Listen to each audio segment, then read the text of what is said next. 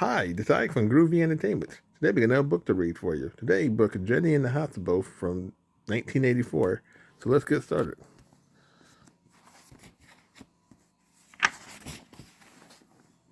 One Saturday afternoon, Jenny was at the playground, climbing on the jungle gym. "Look at me, Mommy," she called. Suddenly, Jenny lost her balance. She fell down to the ground, bumping the back of her head, and landing hard on her left arm. Jenny's arm hurt, so did her head. Her mother thought she ought to see a doctor right away.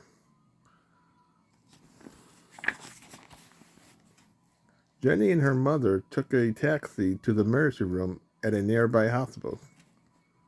The doctor who examined Jenny's arm decided to take x-rays. He needed to know if Jenny had a broken bone. Jenny was nervous, but she didn't feel a thing when the machine took the x-ray picture. The doctor studied the picture of the bone in Jenny's arm.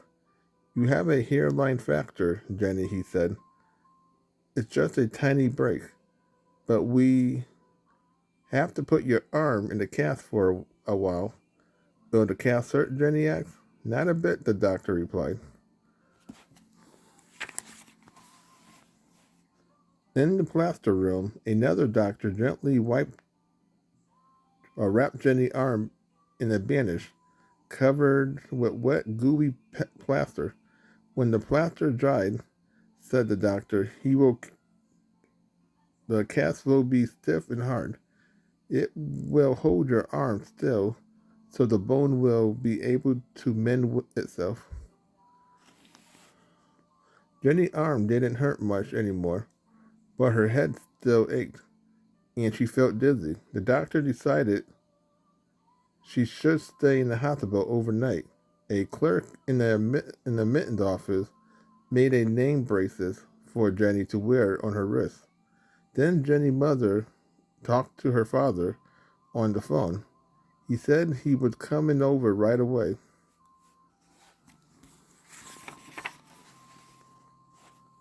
Next, Jenny and her mother went up to a pediatric,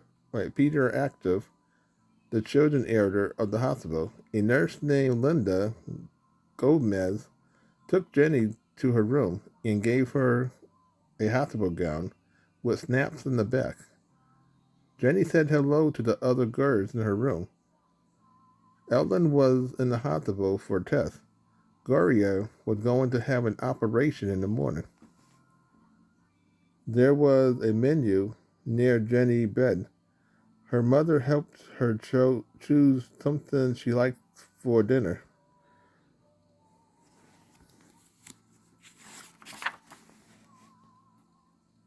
After Nurse Gomez helped Jenny into her gown, she took her pulse, blood pressure, and temperature.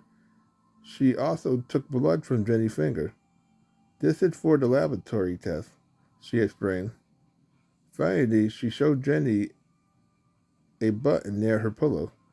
"If you need me for anything, push the buzzer." Jenny's father arrived with her things just as a hospital aide put her dinner tray on the rolling table beside her bed. "Don't worry, Pumpkin," said Daddy when he saw the look on Jenny's face. You'll feel like eating tomorrow."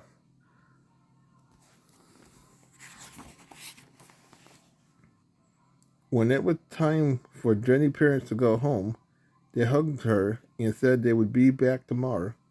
Gloria's mother was spending the night. She wanted to stay with Gloria until her operation the next morning. The night nurse tucked the girls into bed and told them to press their buzzers if they needed her. She would be nearby at the nurse's station and would check on them all through the night. By morning, Jenny felt much better. Nurse Gomez told her that Gloria had already gone to surgery for her operation. She'll be back in a few hours. After Jenny ate her breakfast, Nurse Gomez said she had to see the doctor for a flu test. just to make sure your head is really okay, she explained.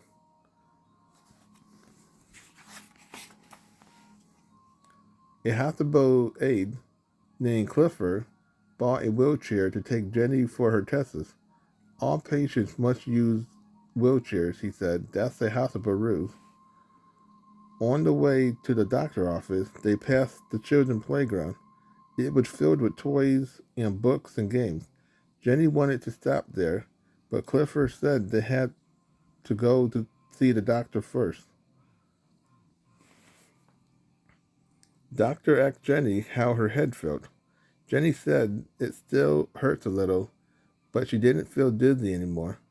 He told her to move her head up and down and to wiggle her fingers and toes. He looked into her eyes and ears with a special light. You're doing fine, Jenny, he said. You can go home this afternoon.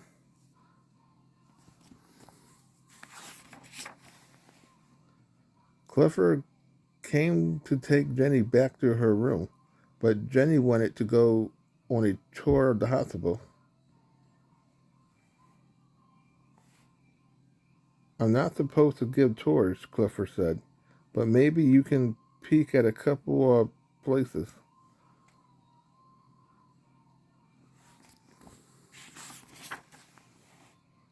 First, Clifford took Jenny down to the laundry room in the basement. Plop, thump, bag of dirty laundry. A linen came out of the chute from the floor above and dropped into big bins. Workers rode the bins over to the huge washing machine. Other rode the bins over.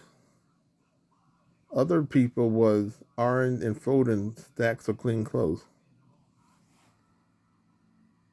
Next, Clifford and Jenny peeked into the hospital busy kitchen.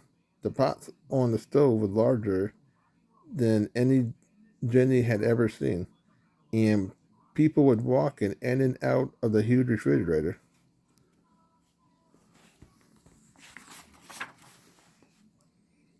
Last of all, Clifford took Jenny to see the newborn babies in the maternity ward. Jenny stared through the windows of one of the nurses. Each tiny baby was wearing a tiny name bracelet, just like hers. I wonder if I was born here, said Jenny. Then the nurse came by and said it was time for Jenny to go back to the pediatric.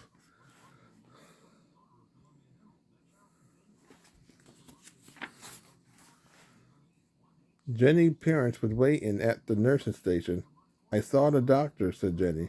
He said I can go home this afternoon. Then she whispered, Clifford took me on a tour even though he wasn't supposed to. Nurse Gomez smiled and shook her head. Soon Jenny was ready to go home.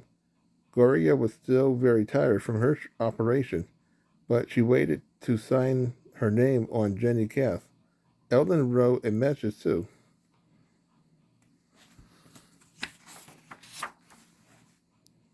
On her way out, Jenny stopped to show Nurse Gomez what everyone had written. Jenny's favorite message said, from your friend Clifford, the best tour guide in the hospital. So that was Jenny in the Hospital from 1984. So if you like, subscribe, share, and comment. Have a groovy day with another video coming out real soon.